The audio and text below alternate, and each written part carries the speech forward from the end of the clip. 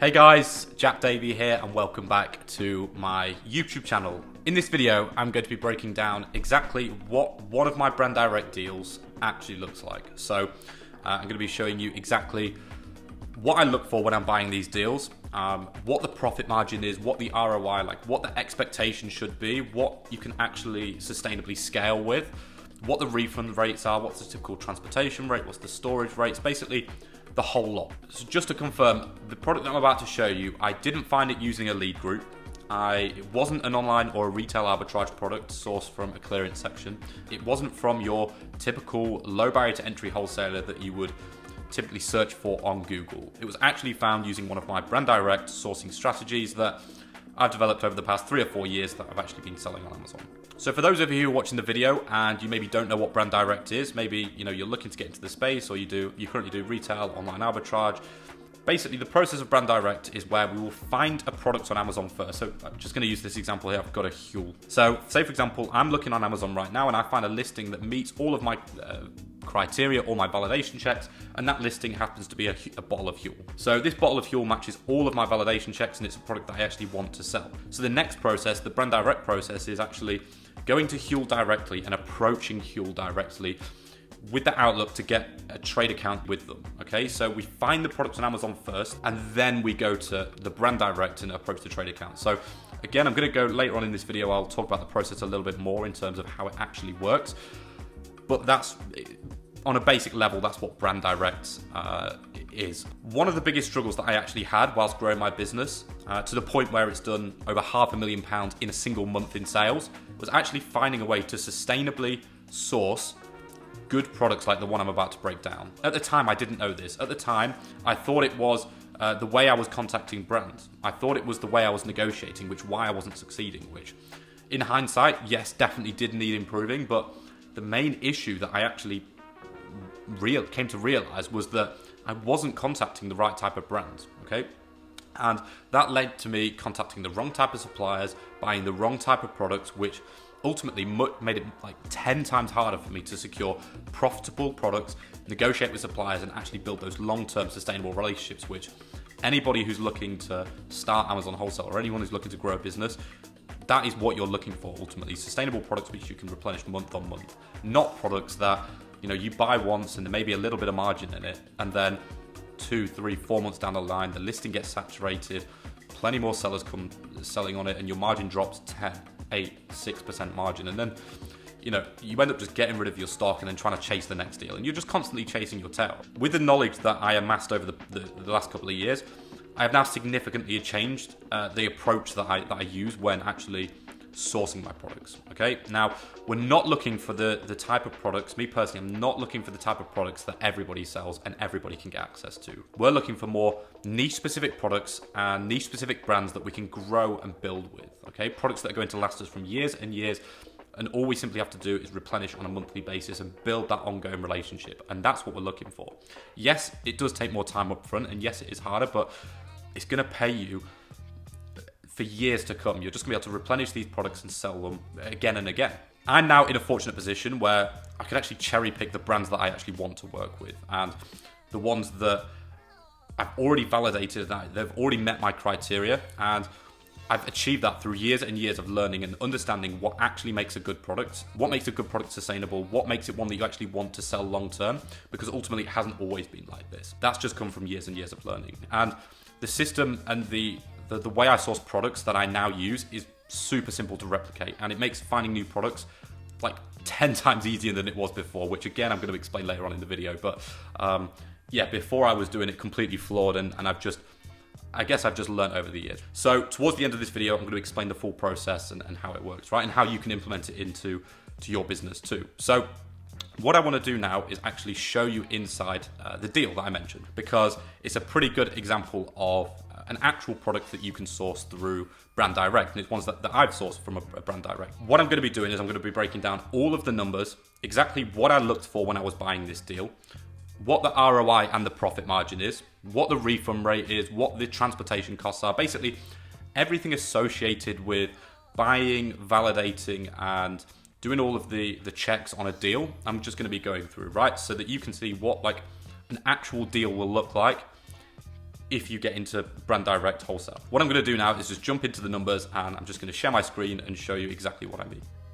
So jumping straight into it, I am on Sellerboard right now. So for any of you that don't sell on Amazon or maybe haven't heard of the software before, Sellerboard is basically a profit tracking software and an inventory management system which allows you to track the profits of your full Amazon account and just some of the individual products that you sell. So at the moment, I've highlighted one product in particular. So all this sales data, just to confirm, is from one SKU only. This is, I would say, a pretty average product. I would say it's a good product, but we have products better than this and we have products slightly worse than this, right? So this is one of, I think, 150 or 200 products now. So this is the sales data over the previous 3 months that we've been selling it. 3 months ago, it generated £5,467.95 in sales with a net profit of £1,095. Okay, 2 months ago, which was from the 1st of November to the 30th, it did £8,548 with a £1,857 profit. Last month, it did £4,493. And this month so far, we are only, I think, 3.5 days into the month. It has done £301 in sales. So as you can see here, I would say relatively consistent. This product we've been selling now for around 12 to 18 months, and it's a relatively consistent product, right? But it does peak, I would say, back end of October to the start of November or middle of November, right? So this is when the product peaks.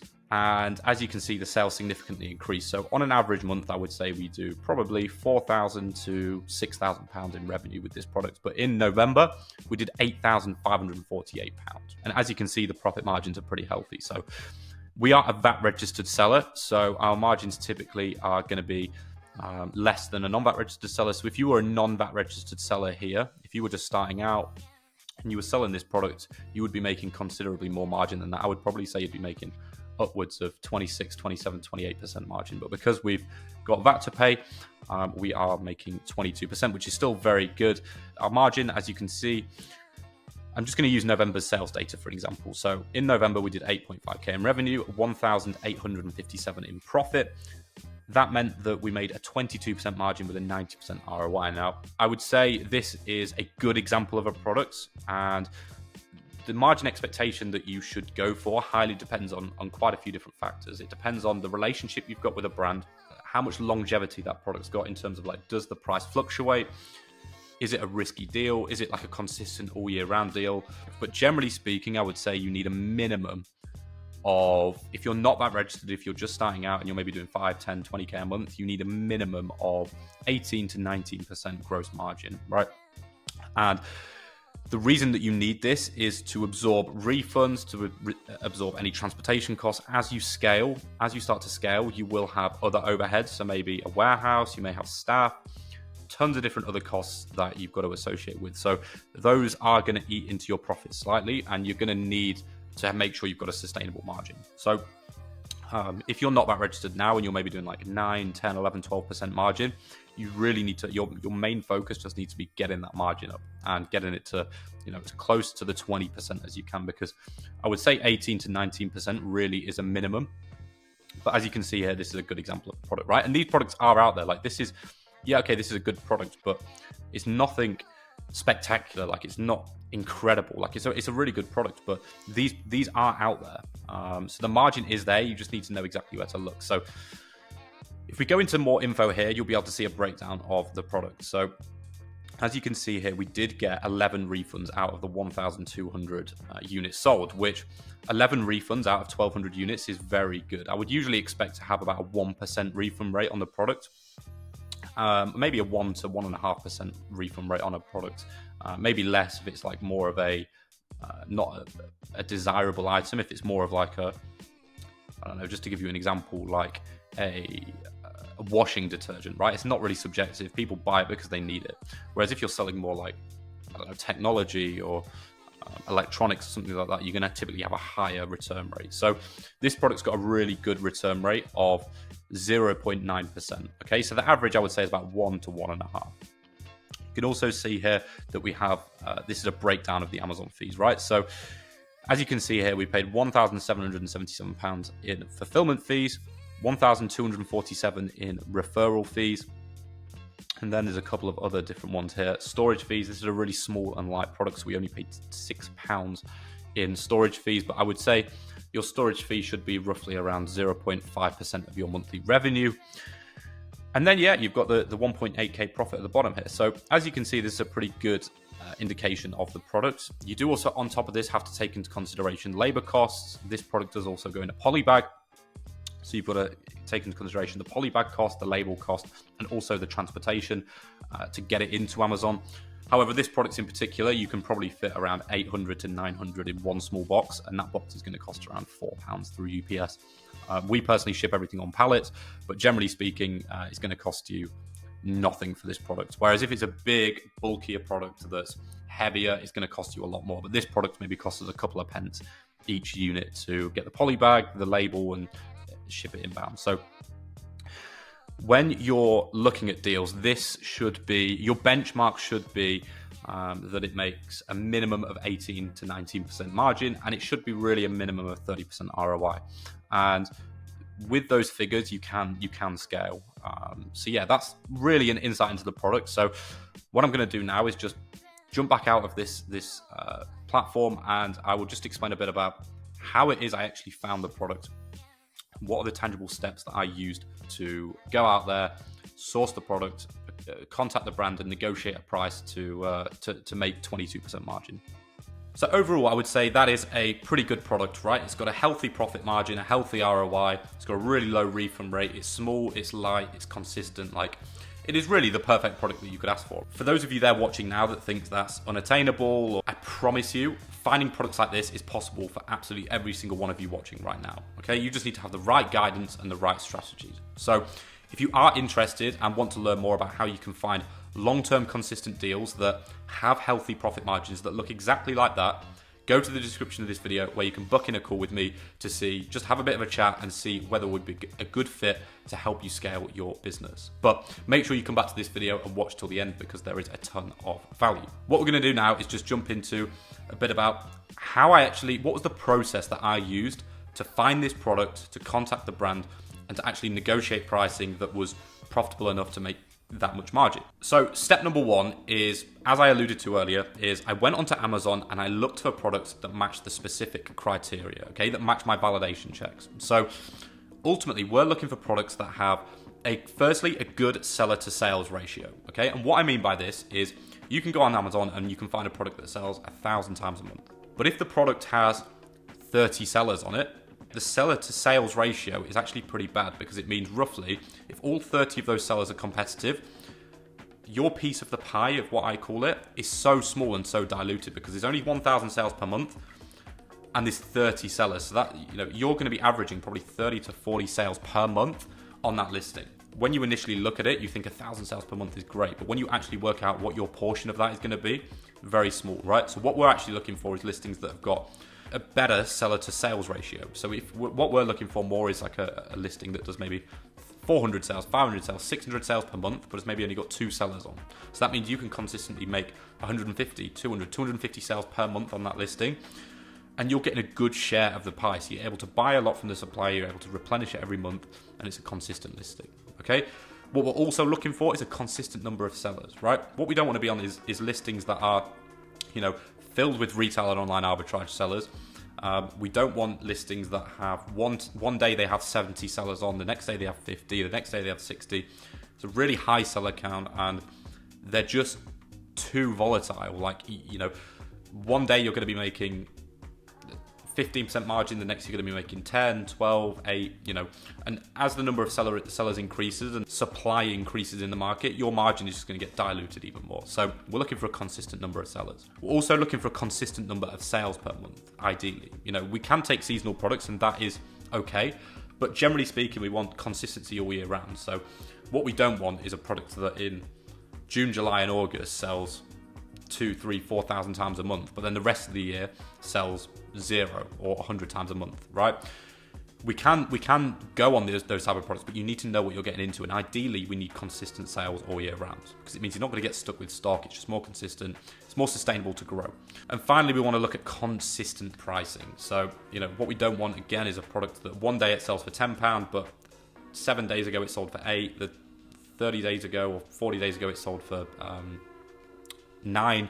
You know, what we want is consistency. Those are a couple of the checks that we use, but we've got a full validation process that we go through before we even contact the brand.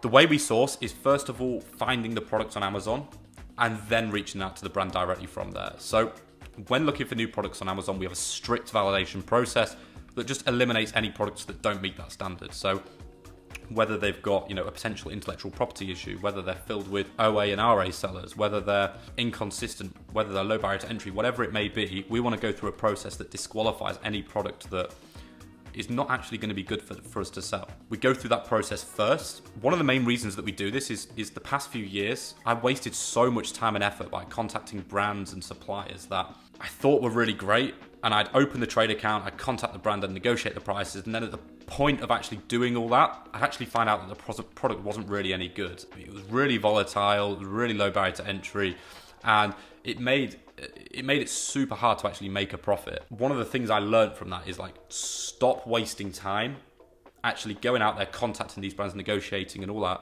when you're actually just doing it on the wrong type of products. Whereas I learned that by implementing a validation process from the get-go, from the start of the sourcing process, actually just makes every single step later down the line so much more beneficial. I'm finding better quality products. The overall rate of profitable products that I'm finding is increased massively. That's one of the main things I would say I did. So the first step of sourcing that product that I just showed you was I identified it through one of my sourcing methods that I use to find products on Amazon, and I validated it using a specific criteria to make sure that it was going to be long-term and consistent, and actually a product and a brand that I wanted to sell. Once I'd actually found the product and it met all the criteria checks, so in this instance, the product that I showed you a moment ago, I then moved on to the step number 2, right, which was actually outreaching and contacting the brand directly. So we always want to, as I mentioned at the start of the video, we always want to contact the brand directly. We may end up buying from a wholesaler or even a distributor, but really our brand direct wants to be our first port of call every single time, okay? Now, contacting the brand is arguably the most time-consuming and important part of the whole process, and I'm not going to go over it in this video because I genuinely could be here for hours and hours and hours just explaining how the process works and everything like that, right? And I do also go into depth into that with my members inside the Blueprint, okay?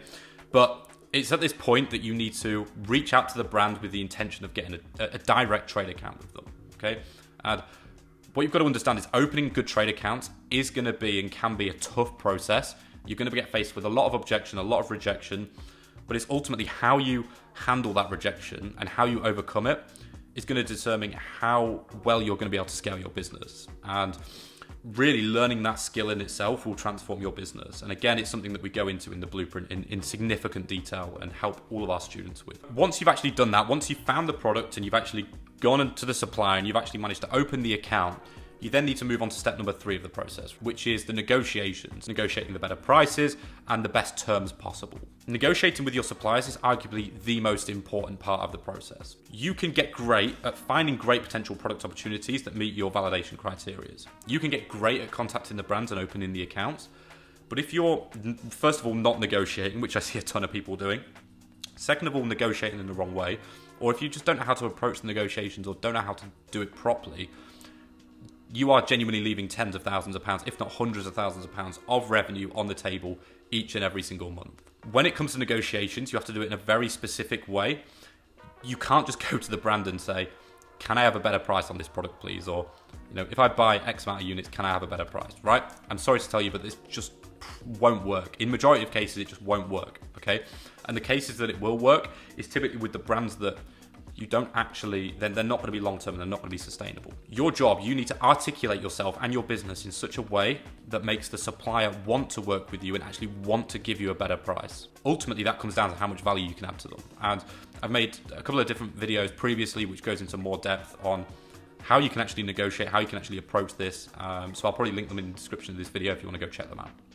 But overall, if you really manage to become great at those 3 steps, the ones that I've just walked you through there, identifying good product opportunities, contacting brands and negotiations, you will see some incredible results and you'll be able to find tons of products exactly like I've just mentioned in this video and the example that I gave you. Yeah, the product I've covered in this video is a great example of a product, but there is genuinely nothing special about it, right? It's just a regular product that I found using the steps that I've ran you through in this video. And as long as you follow the steps, you'll be able to find products like this as well. If you have found value in today's video and you feel like you're ready to take the next step in terms of scaling your Amazon business, go to the description of this video and book in a call with myself. On this call, we will simply understand exactly where it is you're at right now, what your business looks like, and what you're actually looking to achieve, what are your goals. And if we can help you, great. If we can't, I promise we will just tell you there and then on the call, and you will always leave the call better off than when you came on, okay? So I hope you enjoyed today's video. If you are looking to scale your Amazon business, go in the description of this video and book a call. If not, I will see you on the next video.